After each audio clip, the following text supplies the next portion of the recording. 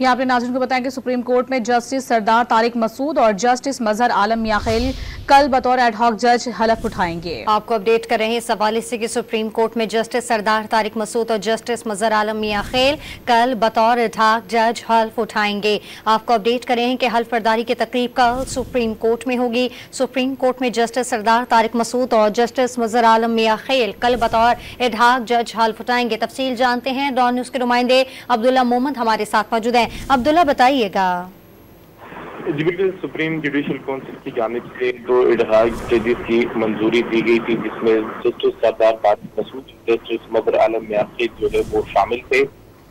Supreme court की जानिब से कमीशन की जानिब से मंजूरी देने के बाद वजारत कानून ने दोनों जजेस का नोटिफिकेशन जारी किया था बतौर एडहॉक जज, और अब ये बतौर एडहॉक जज सुप्रीम कोर्ट ऑफ पाकिस्तान में हल्फ देंगे।